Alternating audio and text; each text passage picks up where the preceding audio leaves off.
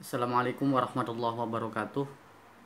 Teman-teman sekalian, sahabat pembelajar, bertemu kembali dengan video saya dalam kuliah psikoterapi. Dan kali ini kita masih membahas tentang teori psikoanalisa. Dan pengetahuan hari ini kita akan membahas pada tema tingkat kesadaran. Nah, teori kesadaran ini sangat terkenal bahwa di dalam diri manusia ini ada beberapa tingkatan atau beberapa level ya dalam dirinya, yaitu bentuk dari sebuah kesadaran. Nah, baik teman-teman sahabat pembelajar, kita lihat di sini ada satu ilustrasi tentang fenomena gunung es. Jadi kalau kita lihat ada sebuah gunung yang sangat besar itu di bawahnya. Jadi ini berada di laut ya. Nah, sementara ujungnya itu atau di permukaan atas air itu sangat kecil. Nah, kadangkala orang melihat dari aspek atasnya saja, sementara aspek bawah itu tidak dilihat. Padahal ini sangat kuat sekali dan besar sekali. Nah, ini adalah fenomena gunung es. Baik, kita lihat di sana ada tulisan conscious, free conscious, dan unconscious. Nah, jadi teori Freud ini dalam psikoanalisa mengatakan bahwa manusia itu ada 3 tingkatan. Conscious artinya sadar, free conscious artinya prasadar, dan unconscious artinya tak sadar atau disebut juga alam bawah sadar.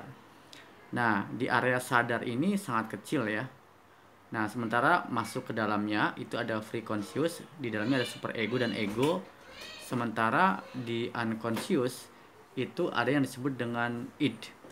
Nah, ini adalah satu fenomena gunung es di dalam diri kita, yaitu sebagai level daripada kesadaran. Nah, nanti kita akan bahas lebih dalam tentang ini. Nah, baik. Nah, tingkat kesadaran ini jelas tadi bahwa conscious adalah sadar, free conscious adalah prasadar, dan unconscious adalah tak sadar atau dikenal dengan alam bawah sadar ya kalau dalam hipnoterapi. Nah, di dalam aspek atau tingkatan level yang pertama itu sadar, itu dalamnya ada apa sih? Nah, di conscious menurut psikoanalisa ada pikiran. Nah, jadi apa yang kita pikirkan, ada persepsi, ada perasaan. Nah, ini adalah tingkatan paling dangkal dan mempunyai sangat singkat waktunya. Artinya ketika kita mengingat sesuatu di dalam aspek sadar ini, kondisinya sangat cepat. Artinya dangkal, tidak kuat menyimpan memori. Nah, kondisi state of mind ini akan mudah pindah ke kesadaran selanjutnya ketika perhatian beralih. Jadi, walaupun di sini ada bentuk pikiran, persepsi, perasaan, tetapi tidak long term memory, artinya short memory. Jadi, mudah lupa ketika dialihkan. Nah, ini di alam sadar ya. Nah, yang kedua adalah di area prasadar atau free conscious atau disebut juga abang sadar. Nah, kondisi ini sebagai jembatan antara sadar dan tak sadar. Nah, sifatnya available memory. Bentuknya simbolik seperti mimpi, melamun, slip of tongue. Nah, sebagai mekanisme pertahanan diri.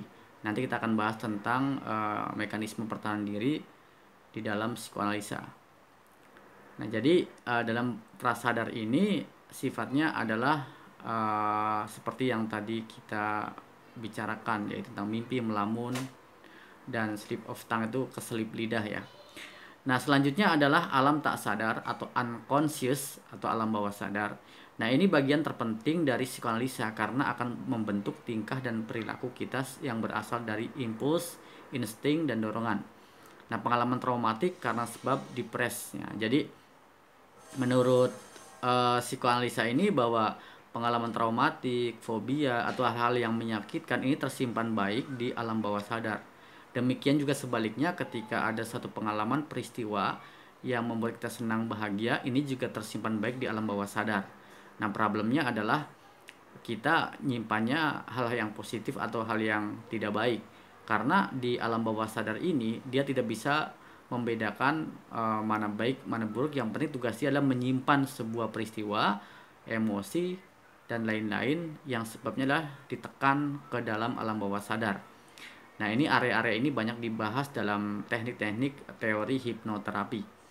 Nah, teman-teman sahabat pembelajar, bahwa untuk menentukan atau mengetahui gelombang-gelombang ini sebenarnya atau level ini, kita sebenarnya bisa lihat dari pengukuran EEG ya, yaitu mesin yang mengukur dan merekam aktivitas otak manusia.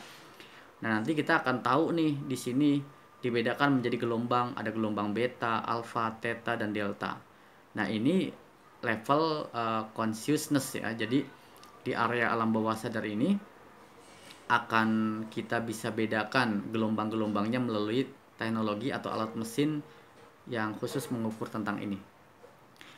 Oke, nah tadi kembali kepada metafora Freud bahwa di sini ternyata ada di dalamnya ada ego, ada super ego ya, ada id yang memang sudah dibahas pada video sebelumnya. Nah, baik teman-teman sekalian, itu penjelasan sederhana sebagai gambaran belajar kita, dan mengingat saya untuk materi-materi tentang psikoanalisa.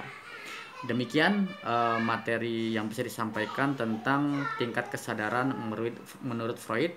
Ingat, ada 3, yaitu adalah yang pertama alam sadar atau area sadar, ada prasadar, dan ada area tak sadar atau disebut juga alam bawah sadar yang lebih terkenal di lingkungan kita. Terima kasih, semoga manfaat. Assalamualaikum warahmatullahi wabarakatuh.